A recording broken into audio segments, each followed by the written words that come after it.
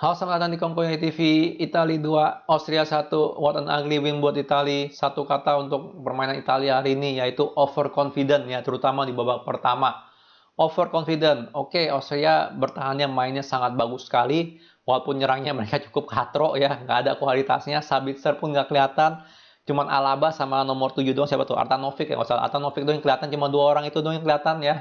Sabitzer nggak kelihatan sama sekali, tapi mereka dari segi pertahanan mainnya bagus sekali Austria ya, bagus sekali. Italia babak pertama sangat overconfident, terutama Berardi dan juga Spinazzola. Ya, banyak banget attacking movement yang terbuang gara-gara mereka berdua maksain untuk shooting ya. Jelas-jelas ada dua orang di depan lu. Ngapain lu pasain buat shooting?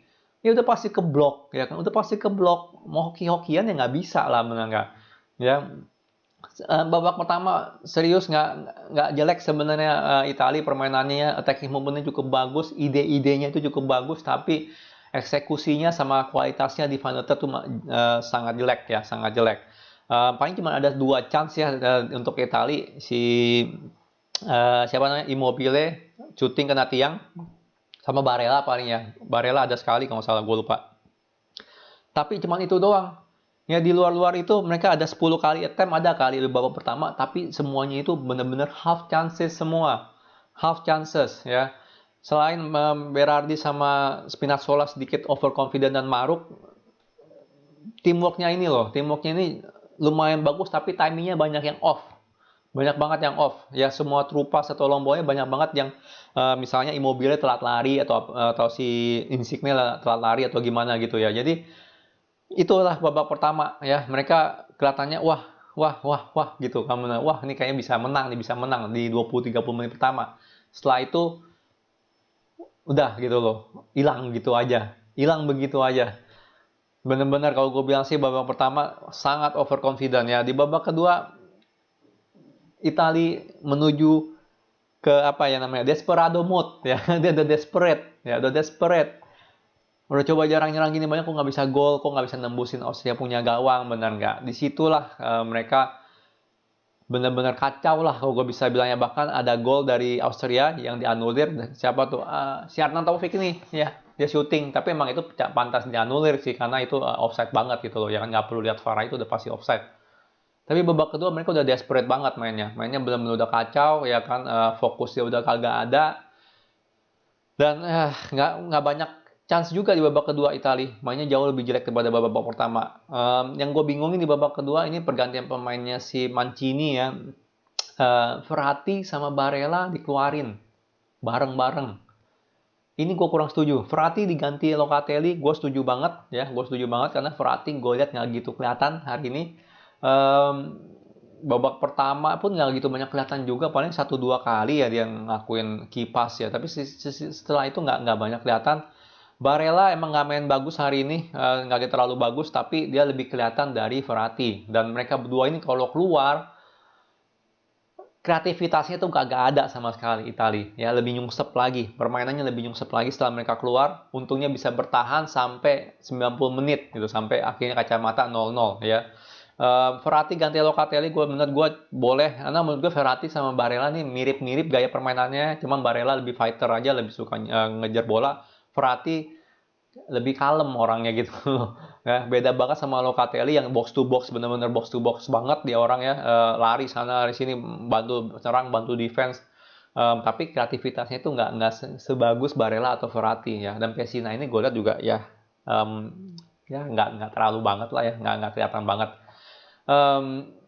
Jadi gue sih kurang setuju ya, harusnya Barella di keep sampai menit 80-an baru diganti kalau mau sama Pessina.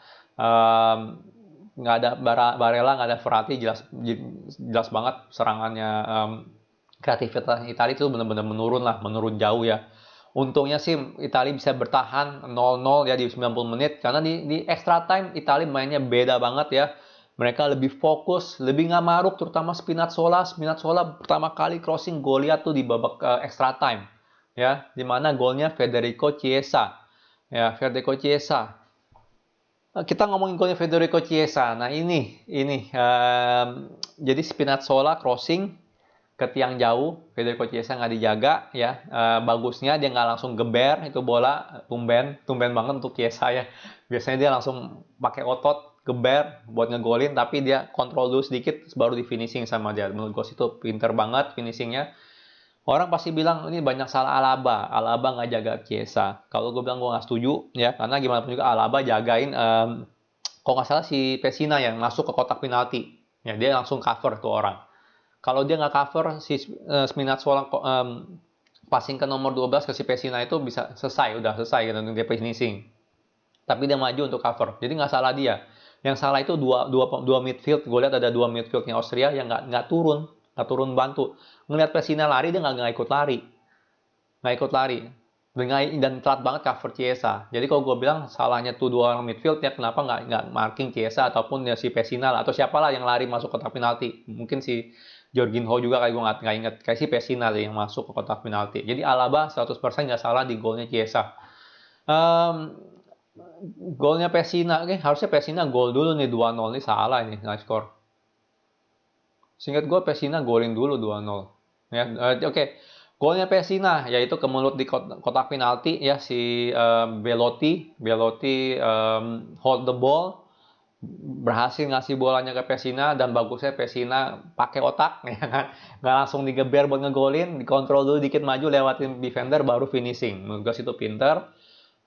Kalau golnya si Austria ya itu ada faktor hoki kali ya. Sorry aja, bukannya ngebela Italia banget tapi ya dia heading itu angle-nya sangat kecil sekali untuk golin tuh headingannya ya dan nggak gampang banget ya. Kalau itu Bierhoff sih gue percaya bener-bener kecil banget. Ada Jorginho juga jaga di tiang dekat tapi bisa lewat samping kiri. Jadi ya udah mau gimana. Donnarumma nggak bisa salahin juga karena Donnarumma mainnya nggak jelek hari ini sebenarnya. Ya, jadi akhirnya menang 2-1 Italia. Kita ngomongin rating pemain sama line up ya. Ngomongin Austria dikit dulu ya. Seperti yang gue bilang cuma Anatovic sama David Alaba doang yang kelihatan yang bagus mainnya. Hinteregger juga lumayan ya sebagai defensif. Cuman Sabitzer ini nggak kelihatan sama sekali. Kalau gue bilangnya Sabitzer kan ya lumayan lah harusnya kan. Kita ngomongin Italia sekarang, Donnarumma mainnya bagus ya, ada 3 save lah yang lumayan cukup bagus, terutama juga 1 save yang ada di extra time ya. Si siapa tuh nomor berapa ya yang shooting ya? Nomor 10 atau gue lupa deh siapa deh yang shooting. Atau nomor 21 jangan-jangan. Itu benar-benar pinggir banget ya, tapi bisa di save sama Donnarumma, bisa ditepis. Donnarumma main bagus. Di Lorenzo, gue bilang sih dia cukup bagus ya. Kita tahu kalau namanya si 4-3-3-nya Mancini itu sebenarnya kalau Italia lagi megang bola jadi 3-4-3 ya. Jadi di Lorenzo ini masuk di sini ya sebagai 3 center back. Jarang banget dia maju ya. Kebanyakan Barella yang maju ya. Sementara Spinazzola maju juga ke sini. Jadi tengahnya itu ada Jorginho, Verratti, kanan Barella, kiri Spinazzola. Seperti itu mainnya. Ya, jadi di Lorenzo kalau kita mikir dia sebagai center back ya, sama merangkap fullback sedikit itu nggak jelek mainnya sebenarnya. Bonucci, Acerbi sedikit shaky kalau gue lihat ya, terutama ngadepin counternya si Austria hari ini. Terutama sama si Arnautovic ya. Arnautovic badan gede gitu tapi gesit juga ya. Gesit juga tuh orang. Spinazzola seperti yang gue bilang 90 menit pertama atau babak pertama mainnya nggak gitu bagus ya. Oke lah dia punya skill tinggi tapi di luar dari itu terlalu overconfident, terlalu maksain untuk shooting ya. Tugas tuh bukan buat shooting, tugas di shooting tuh Insigne, tugasnya Spinazzola itu untuk ya pokoknya dia cari ruang ya lari wide, benar nggak lari lebar, crossing itu doang tugasnya dia. Nggak ada yang lain, nggak perlu paksain shooting ya, nggak perlu paksain shooting. Barella nggak terlalu sama Verratti. Kalau gue bilang 3 ini Barella, Jorginho, Verratti. Barella jelas Jorginho ya dia sangat stable ya mainnya sangat stabil banget. Barella sama Verratti bagusan Barella mainnya ya lebih kelihatan. Verratti menurut gue nggak terlalu kelihatan, kurang fighter kalau gue lihat ya dia beda banget sama Spinazzola. Gue rasa kalau dengan Barella dengan Spinazzola lebih balance timnya ya, lebih balance, kreativitas ada.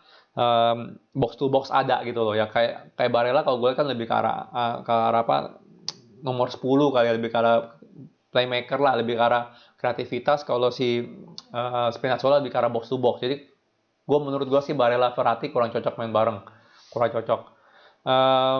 Berardi ya ini hari ini sih benar-benar kalau gue bilang sih dia parah banget mainnya, maruk banget. Kalau gue sih dari awal gue bakal ganti Berardi ya. Pada saat ganti Barella Verratti, gue mendingan ganti Verratti sama Berardi jujur aja, karena Berardi ini ya sekali lagi terlalu maksain bener. Immobile kosong nggak di, aduh kasihan Immobile lah gue bilang lah. Berardi ini terlalu maksain shooting ya. Insigne nggak terlalu jelek sebenarnya, tapi finishing dia hari ini nggak banget ya. 2-3 kali ada kali dia shooting, uh, tekniknya ada gitu, tapi speednya kurang ya. Jadi dia punya pisang tuh lumayan gitu, bener nggak, core-nya lumayan, tapi ya nggak ada speednya, nggak ada powernya gitu. Jadi ya gampang lah ditangkep. Ya percuma lu sepisang-pisangnya, lu kalau nggak ada speednya ya reaksinya kiper lebih cepat lah, bener nggak. Immobile ya dia diganti di terakhir-terakhir ya, mungkin buat simpen energi juga, tapi menurut gue dari segi movement dia nggak terlalu jelek ya. Cuman ya gitu ya, dengan maruknya Spinazzola dan juga Berardi dia nggak dapat banyak bola jujur aja sih kalau gue lihat. Dan dia sih ya dia punya work rate sama dia punya movement nggak terlalu jelek hari ini sebenarnya. Dan finishing pun dia ada kena tiang sekali, bener nggak ya. Mungkin dia 3 kali shooting, 1 kena tiang kali. Jadi seperti itu ya, tapi bagus juga bisa lolos ya. Sebuah apa ya, wake up call lah ya, sebuah tamparan yang cukup berarti buat Italia ya. Bahwa ya lu jangan terlalu overconfident gitu. Main harus lihat gitu loh, benar nggak ya. Jangan karena Austria doang dia jadi, dan kemarin dia ngebantai 3-0 itu bukan berarti dia bisa main seenak-enaknya gitu loh, nggak asal tembak gitu, nggak cari benar-benar peluang yang lebih bagus, nggak coba bikin movement yang lebih bagus gitu ya. Jadi ini menurut gue sih sebuah pengalaman yang cukup berarti buat Italia. Jangan terlalu overconfident, apalagi nextnya ketemunya antara Belgia atau Portugal ya, dimana Portugal ya defense-nya jauh lebih bagus dari Austria, gue yakin ya, jauh lebih bagus. Ya itu doang yang bisa gue omong. Sekian video dari gue. Kalau suka jangan lupa like, subscribe, and thank you for watching.